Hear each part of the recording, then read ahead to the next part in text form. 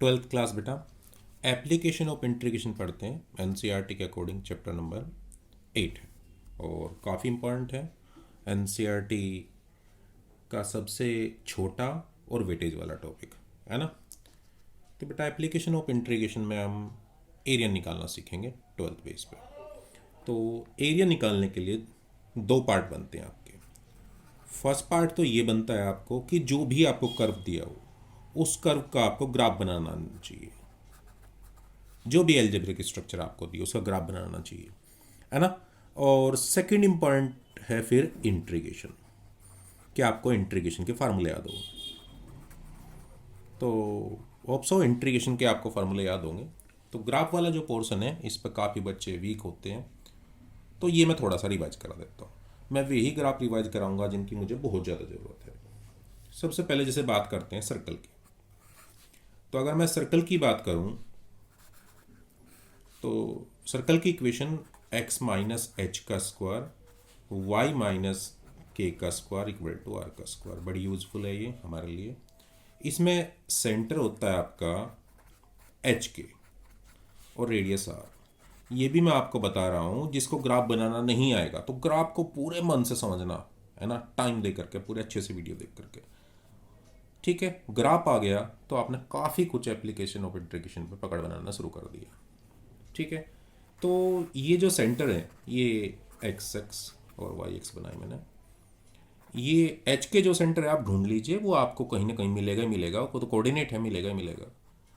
और वहाँ से रेडियस आर वाला आप एक ऐसे सर्कल बना दो, और ये जो आपकी आर रेडियस है ना। इसका एक पर्टिकुलर केस होता है जहाँ पे आपका सेंटर दिया जाता है 0 0, वो बनता है X square plus Y square equal to R square वाला केस।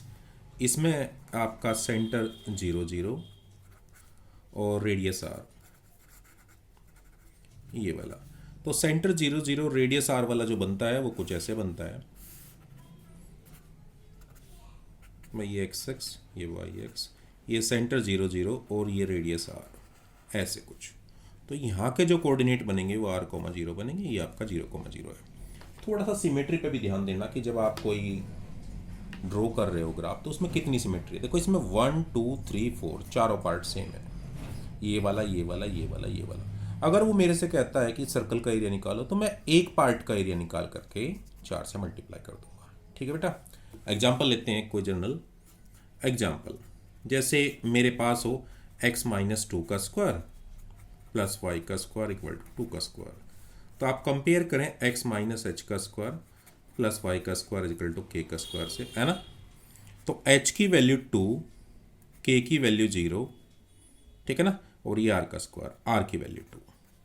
तो बना देते हैं एक रफ डायग्राम, कुछ ऐसे बनेगा rough diagram. 2 0 centre 1 2 2 0 centre, radius 2 वाला, है ना। तो यहाँ पे तो सेंटर है 2 0 पर, रेडियस 2 है।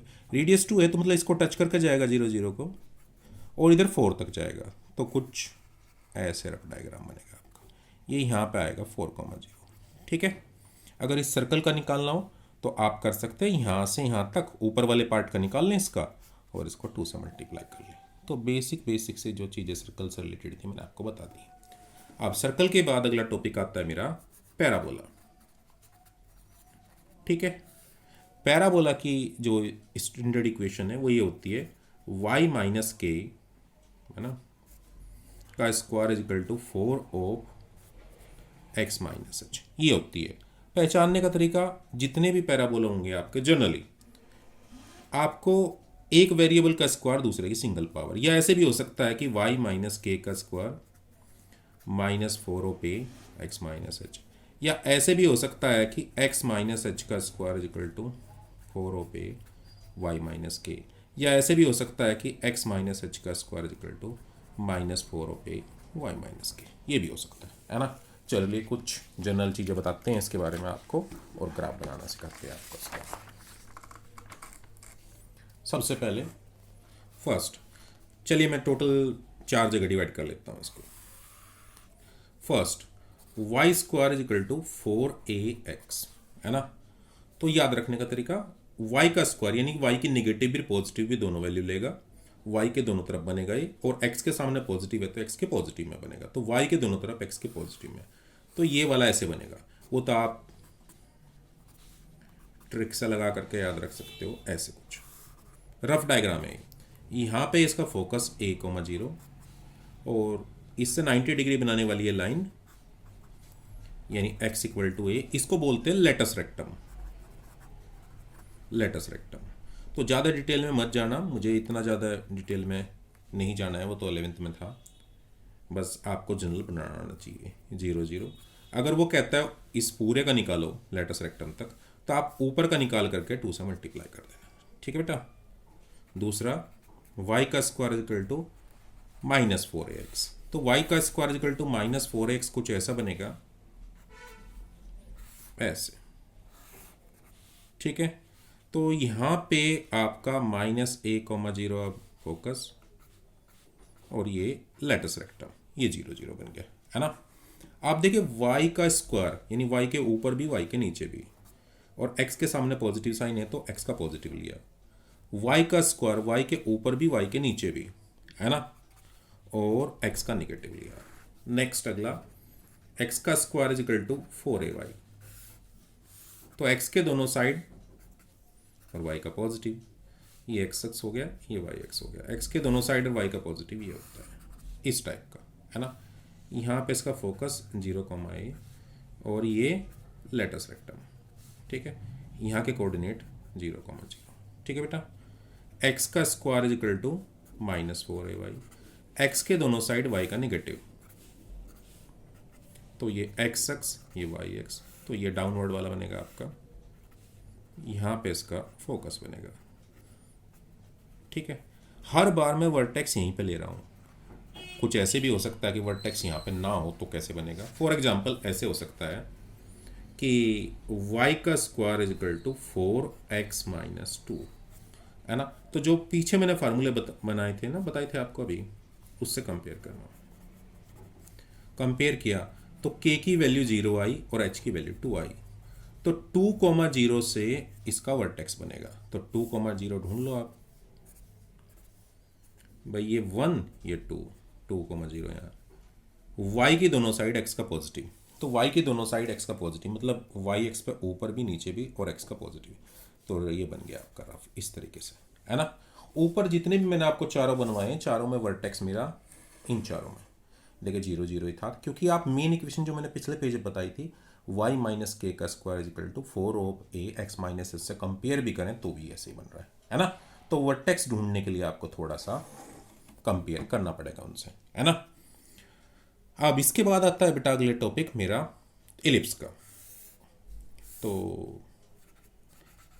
एलिप्स में जो एल्जेब्रिक स्ट्रक्चर आपको दी जाती है ऐसे कि x का स्क्वायर अपॉन a का स्क्वायर, y का स्क्वायर अपॉन b का स्क्वायर = 1, है ना।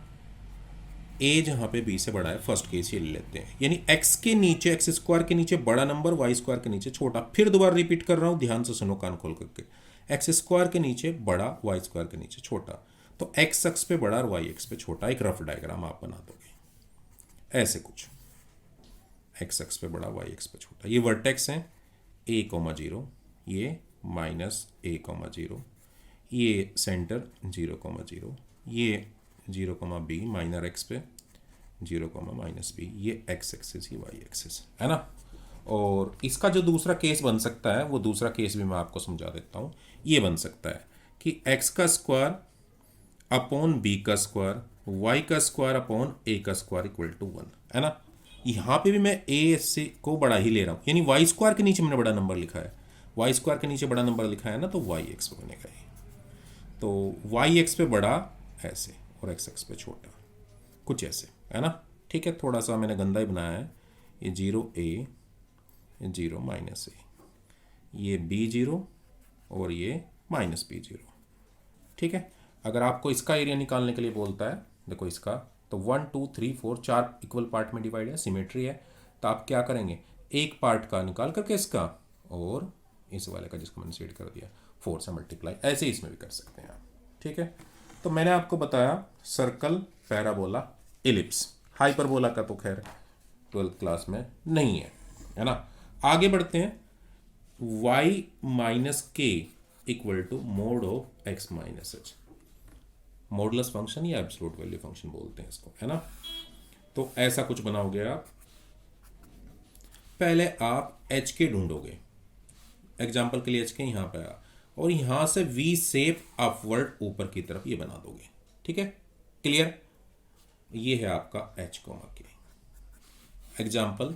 जैसे y equal to mod X है, कंपेयर करो एच भी जीरो के भी जीरो, तो जीरो जीरो से यहाँ से जीरो जीरो से अपवर्ड आप ऐसे बना दो, ये y इक्वल टू एक्स है और ये y equal to minus X है, ठीक है बेटा। ये पॉइंट यहाँ पे जीरो जीरो है, क्लियर। अगर वो बोलता है कि y equal to minus mod X, तो जीरो जीरो से आप डाउनवर्ड नीचे की तरफ बना देना, ऐसे ये बना दिया आपने, ये जीरो जीरो ही है। अब आप ऊपर वाले नीचे वाले को कंपेयर करें, तो ये जो y इक्वल टू एक्स की लाइन है यही तो इधर आ रखी है, y इक्वल टू एक्स की लाइन, ये y equal to minus X की लाइन इधर आ रखी है, y equal to minus X, ये x एक्सिस और ये y एक्सिस है ना। एक एग्जांपल भी ले लेते हैं, चलिए। एग्जांपल ये है कि y equal to mod of x minus two, तो कंपेयर कीजिए y minus K mod of x minus H से, तो k जीरो है, h आपका टू है, तो 2,0 ढूंढिए कहाँ पे आपको मिलेगा। देखो 2,0 यहाँ पे मिलेगा एक्स एक्स पे, और यहाँ से वी शेप अपवर्ड ऐसे आपका बनेगा। रफ डायग्राम बनाना सीख जाइए एक बार, है ना, फिर आपकी कोई प्रॉब्लम नहीं होगी। आगे बढ़ते हैं बेटा, वो आपको सिंपल लाइन भी दे सकता है ऐसे, जैसे वो बोल सकता है कि y इक्वल टू बी की लाइन बनाइए, y इक्वल टू बी की लाइन, तो y इक्वल टू बी की लाइन क्या होगी, आप y एक्स पे ये b ढूंढ लो, ये पॉजिटिव भी हो सकता है नेगेटिव भी हो सकता है, जहाँ पे भी आपको b मिल जाए। एग्जाम्पल के लिए अगर यहाँ पे मिला है तो वहीं पे एक एक्स एक्स के पैरेलल लाइन, ये y इक्वल टू बी होगी। एग्जाम्पल है आपका, जैसे उसने बोला कि भाई y equal to minus two की लाइन बनाइए, तो y equal to minus two आप ढूंढ लीजिए, y माइनस वन, ये माइनस टू, ये माइनस 2,0 ये पॉइंट, और यहाँ पे आप एक ये डॉटेड लाइन बना दीजिए, y equal to minus two की लाइन बन गई, है ना।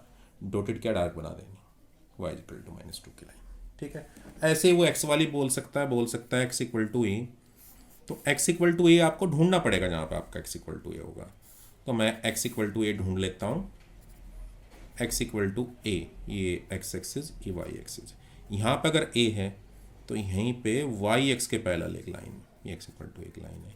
एग्जाम्पल, जैसे उसने बोला कि x इक्वल टू थ्री है, तो x equal to three, three ढूंढो पहले आप, कहाँ मिलेगा आपको, ये x एक्सिस ये y एक्सिस, तो x इक्वल टू थ्री, 1 2 3 यहाँ पे मिला, तो ये x इक्वल टू थ्री की एक लाइन बन गई, ठीक है बेटा, क्लियर। आगे बढ़ते हैं, नेक्स्ट है आपका जो जर्नल से जितने भी हैं मैं सारे ही आपको बता दूंगा कि जर्नल वाले जो भी करने हैं आपको। जैसे y equal to X cube, तो रफ डायग्राम जो बनेगा y equal to X cube का, रफ बता रहा हूँ बेटा, फेयर नहीं बता रहा हूँ, वो कुछ ऐसे बनेगा y equal to X cube का रफ डायग्राम, ये एक्स एक्सिस y एक्सिस, क्योंकि एप्लीकेशन ऑफ इंटीग्रेशन में आपको रफ डायग्राम बनाने की जरूरत पड़ेगी, है ना।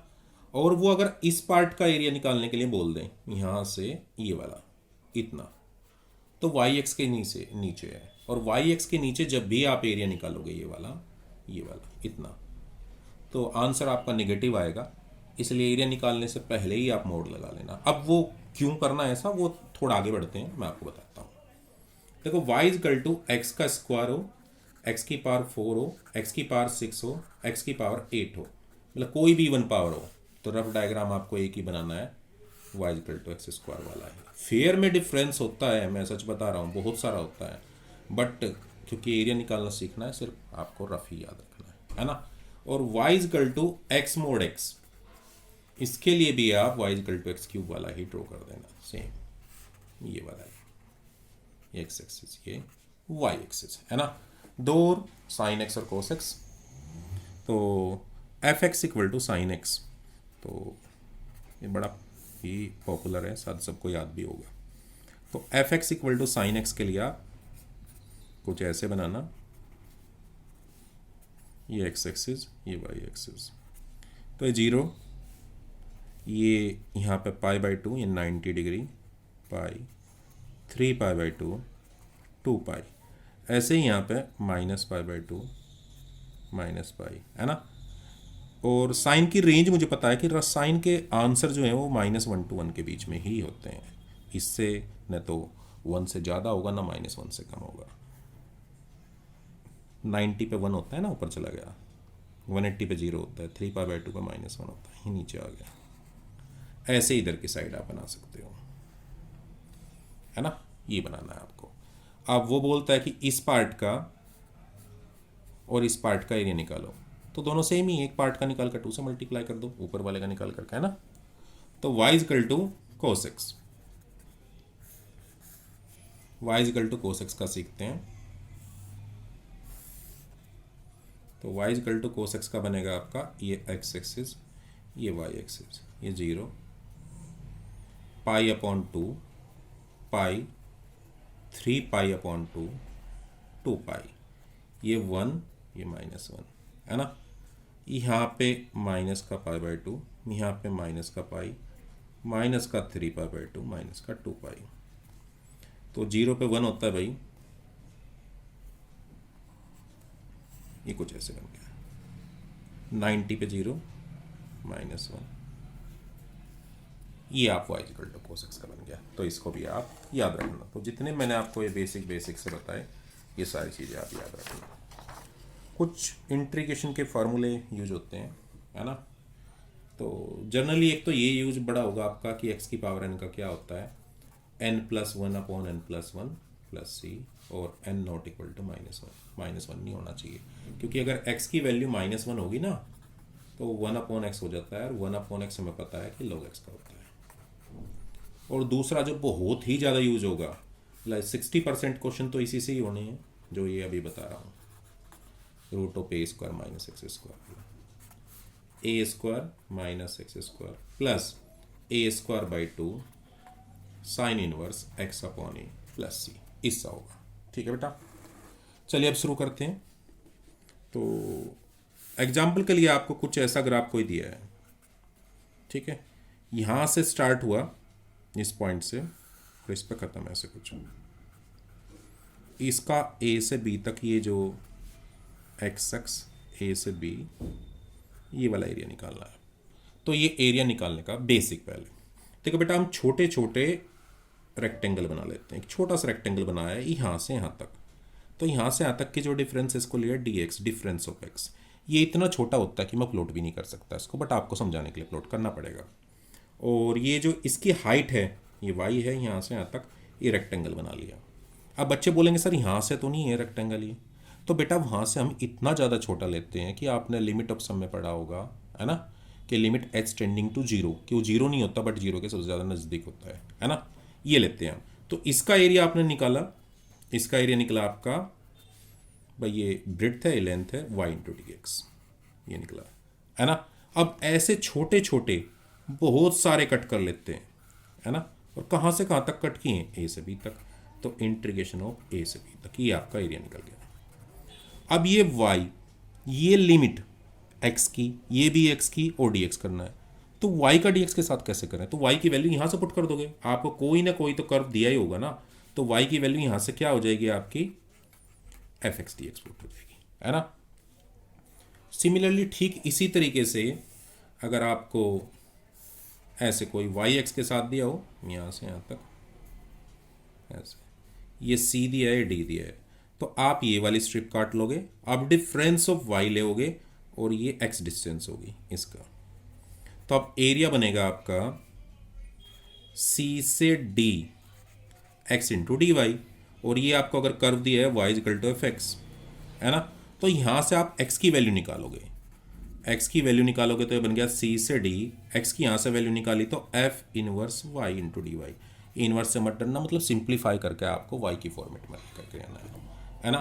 थर्ड टाइप ऐसा भी हो सकता है कि वो x अक्ष पे भी ना हो, y अक्ष पे भी ना हो, ऐसा भी हो सकता है ना।